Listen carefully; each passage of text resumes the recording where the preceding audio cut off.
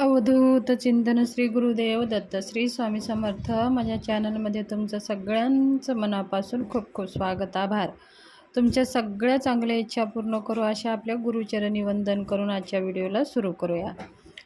चला तर मग स्वामी समर्थांचं प्रगट दिन म्हणजे ह्या दिवशी स्वामी समर्थ महाराज प्रगट झाले आणि ह्या दिवशी आपण काही अशी सेवा उपाय केल्याने आपल्या सगळ्या मनोकामना पूर्ण तर होतातच, आपल्या जीवनामध्ये जे काही संकटे दुःख येतात ते सगळ्यापासून आपलं संरक्षण होतं आणि आपलं जीवन स्वामीमय होतं आणि आपल्या जीवनामध्ये आनंद राहतं, समृद्धी राहते, घरात धनधान्याची कधीही कमी पडत नाही, कोणत्याही कार्यामध्ये आपल्याला अडथळे येत नाहीत. आणि स्वामी प्रगट दिनाच्या दिवशी स्वामी महाराजांना तुमच्या मनातल्या काही इच्छा असेल तर असा नवस बोलून तुम्ही स्वामी सेवा करायला सुरू करा. तुमच्या सगळ्या इच्छा पूर्ण होतात. 2025मध्ये स्वामी जयंती आहे. 31 मार्चला स्वामी समर्थ महाराजांची प्रगट दिन आहे आणि एप्रिलमध्ये 26 एप्रिलला स्वामी प्रगट दिवस आहे. म्हणजे खूप असे विशेष दिवस आहेत. 31 मार्चला स्वामी प्रगट दिन सुरू होत आहे आणि 26 एप्रिलला स्वामी जयंती आहे. तर स्वामी समर्थ महाराजांची सप्ताह करण्याची पद्धत आहे. ह्या एप्रिल महिन्यामध्ये 20 तारखेपासून स्वामी समर्थ जयंतीचं सप्ताह आपण करत असतो. जसं दत्त जयंती सप्ताह करतो तसं स्वामी जयंतीचा पण सप्ताह आपण करत असतो. स्वामी महाराज आपल्यावर कृपा असावी म्हणून लोक स्वामी महाराजांचे असे अनेक सेवा उपाय करत असतात आणि स्वामींची कृपा त्या भक्तांवर होतच असते. आणि स्वामी प्रगट दिन निमित्त बघा, आपण जर काही असे 7 दिवसाचे 21 दिवसाचे किंवा 11 दिवसाचे काही विशेष सेवा केल्याने त्या आपल्या मनोकामना पूर्ण होतात. स्वामी महाराजांना नवस बोलून आपण 7 दिवसाची सेवा आपण करू शकता. अत्यंत लाभदायी हे ठरतं. तर 7 दिवसाची सेवा आपण कधीपासून करू शकतो तर 25 मार्चपासून आपल्याला 7 दिवसाची सेवा करायची आहे. स्वामी महाराजांना नवस बोलून ही सेवा करा. नवस बोलून म्हणजे तुमच्या आता काही समस्या आहेत, तुमच्या मनासारखं काही घडत नसेल तर स्वामी महाराजांना असा साधा सोपा नवस बोला. स्वामी महाराजांचं नवस बोलण्यासाठी स्वामी महाराजांना नवस बोलण्यासाठी एक तर आपण मंदिरात जावं, नाहीतर मग आपल्या घरामध्ये स्वामी महाराजांचा फोटो असायला हवा. एक नारळ, खडी साखर, अगरबत्ती, धूप दीप लावून स्वामी महाराजांना ओवाळून मग नारळ, खडी साखर हातामध्ये घेऊन स्वामी महाराजांना नवस बोलायचा आहे. नवस म्हणजे आपल्या मनातल्या जे काही इच्छा आहेत स्वामी महाराजांना सांगायचं आहे. उदाहरणार्थ आता तुमच्या मुलांच्या लग्नामध्ये अडथळे असतात तर स्वामी महाराजांना कसं सांगायचं आहे, स्वामी महाराज मी म्हणजे तुमचं नाव सांगायचं आहे. जसं माझं नाव मीरा आहे तसं तुमचं नाव जे आहे ते तुम्ही सांगू शकता. आणि माझ्या मुलांच्या लग्नामध्ये जे काही अडथळे आहेत ते दूर होऊ द्या आणि मी तुमचे श्री स्वामी समर्थ सारामृतांचे 7 दिवस स्वामी प्रगट दिन निमित्त मी 7 दिवस 7 पारायण करणार आहे श्री स्वामी समर्थ सारामृतांचे आणि 11 माळी जप आणि 11 वेळेस श्री तारक मंत्राचा जप मी करणार आहे. तर माझ्या ह्या 7 दिवसामध्ये माझ्या सगळ्या इच्छा पूर्ण होऊ द्या. त्याच्यानंतर स्वामी प्रगट दिन झाल्याच्या नंतर ही सेवा आपल्याला नित्य ठेवायची आहे. नित्य म्हणजे पूर्ण अध्याय वाचायचं नाही, दररोज 3 अध्याय, 11 माळी जप हे तर जीवनामध्ये आपल्याला ठेवायचंच आहे. पण हे स्वामींना नवस बोलून ही 7 दिवसाची सेवा करा. तुमच्या या 7 दिवसामध्ये तुम्हाला अनुभव यायला सुरुवात होईल. 24 तासामध्येच तुम्हाला काही ना काही स्वामी महाराजांची संकेत तुम्हाला मिळेल. पण एवढं तळमळ पाहिजे, तेवढी भक्ती पाहिजे, एवढी श्रद्धा पाहिजे महाराजवर.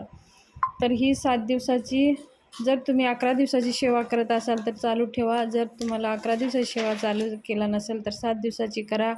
त्याच्यानंतर जर तुम्ही ही सेवा जरी 7 दिवसाची सेवा केली नसाल तर तुम्ही स्वामी प्रगट दिवशीसुद्धा स्वामी महाराजांना नवस करून तुम्ही पुढे 11 दिवसाची 21 दिवसाची सेवा करू शकता. त्या सेवामध्ये हेच आहे, 11 वेळेस तारक मंत्र, 11 माळी जप आणि श्री स्वामी समर्थ सारामृतांचे 21 पारायण करा, 51 करा, 108 करा. यथाशक्ती तुम्हाला जेवढे पारायण करता येईल तेवढे पारायण तुम्ही करू शकता.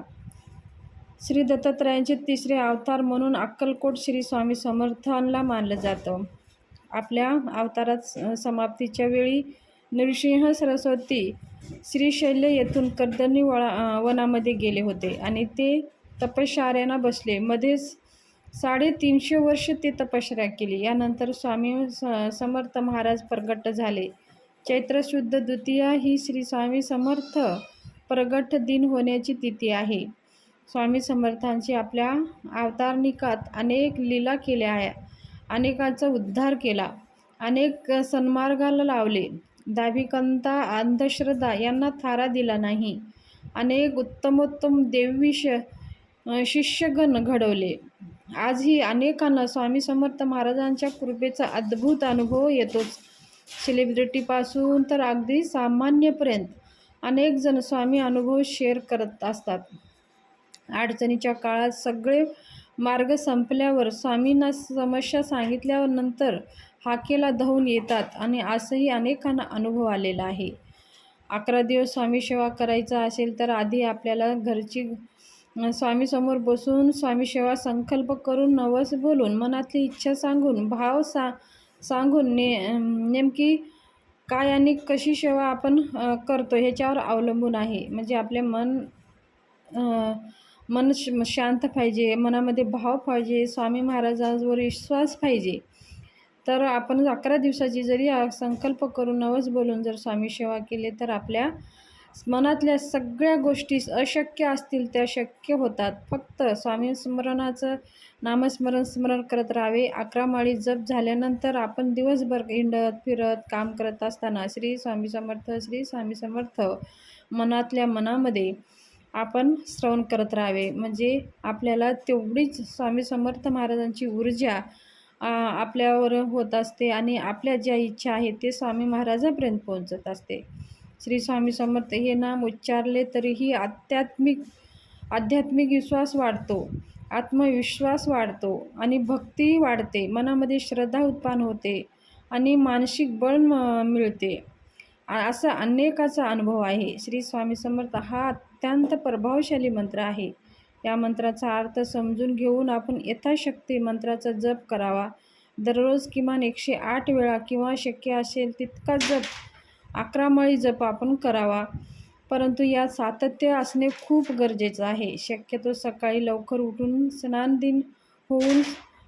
स्नान झाल्यानंतर आपल्या ह्या मंत्राचा जप आपण करू शकतो. सकाळी अगदी शक्य नसेल तर प्रदोष काळामध्ये सुद्धा हे मंत्र आपल्याला जप करता येतं. देवासमोर बसून करता येतं किंवा आपण प्रत्येक श्वासामध्ये श्री स्वामी समर्थ ह्या मंत्राचं स्मरण आपण करू शकता. तिन्ही सांजेला दिवे लागण्याच्या वेळेमध्ये हातपाय धुवून स्वच्छ होऊन आपण मंत्राचा जप करू शकता, नामस्मरण करू शकता. नित्यसेवेमध्ये ह्या मंत्राचं आपण पाठन करू शकता. स्वामीच्या विविध प्रकारचे स्तोत्र आहेत, मंत्र आहेत, त्याचंसुद्धा आपण पाठन करू शकता. पठण करणे शक्य नसेल तर आपण श्रवण करू शकता. परंतु स्तोत्राचं श्रवण करताना चित्त एकाग्र असणे खूप गरजेचं आहे. आपणास स्तोत्र भाव श्रद्धेने हा स्तोत्र आपण म्हणू शकता. त्याचबरोबर 31 मार्चला श्री स्वामी समर्थ जयंती नाही, प्रगट दिन आहे. ह्या दिवशी गुरुचरित्र जसं सप्ताह करू शकतो तसं आपण स्वामीचरित्र सप्ताह पारायणसुद्धा करू शकता. 7 दिवसाचं म्हणजे 25 तारखेपासून तुम्ही हे सप्ताह करू शकता. तर अशा प्रकारे आपल्याला स्वामी समर्थ महाराजांची सेवा करून त्यांच्या चरणी ही सेवा आपल्याला अर्पण करायची आहे. आणि पारायण संकल्प करून पारायण करत असताना तर आपल्याला खंड पाडू द्यायचं नाही, ती सेवा पूर्ण करायची असते. संकल्प करून केलेली जी सेवा असते ते खंड पडू द्यायचे नाही. त्यासाठी सातत्य हवं लागतं. मनापासून सेवा केली तर ते सेवा आपल्या कार्य पूर्ण होतातच. त्यात कोणतीही शंका निर्माण करायची गरज नाही. फक्त स्वामी महाराजांवर विश्वास हवा आहे. तर स्वामी समर्थ प्रगट दिनविषयी अशाच तुम्ही सेवा करू शकता. आणि स्वामी प्रगट दिवसापासून आपल्याला नित्यसेवा करायला पण सुरू करायचं आहे. स्वामी महाराजांचं 11 माळी जप आणि 3 श्री स्वामी समर्थ सार अमृताचे 3 अध्याय, तारक मंत्राचे 11 वेळेस हे पाठन आपण आवर्जून करा. आपल्या सगळ्या मनोकामना पूर्ण होईल. आपल्याला कोणत्याही कार्यामध्ये अडथळे येणार नाहीत. खूप काही आपल्याला संकटे असेल, खूप सेवा उपाय करून पाहिला असाल तर तुम्ही स्वामी सेवा करून पहा. तुमच्या जीवनातले सगळे समस्या स्वामी महाराजांच्या कृपा आशीर्वादाने हळूहळू होईल. असं नाही तुम्ही आता सेवा केली की लगेच तुम्हाला फरक पडेल. पण जसं आपण झाड लावतो, त्याचं झाड मोठं होऊन फळ लागायला वेळ लागतं आणि खायला वेळ लागतं, तशाच प्रकारे कोणतीही सेवा आपण करत असतो तर ते फलित होण्यासाठी थोडं वेळ लागतं. पण काही काही सेवा असे लगेचच आपल्याला अनुभव देतात. तर हे चमत्कारी अनुभव देणारी ही स्वामी सेवा आहे. तर ही सेवा करा, तुमचे जीवन धन्य होईल. आवडली असेल माहिती तर सबस्क्राईब करा.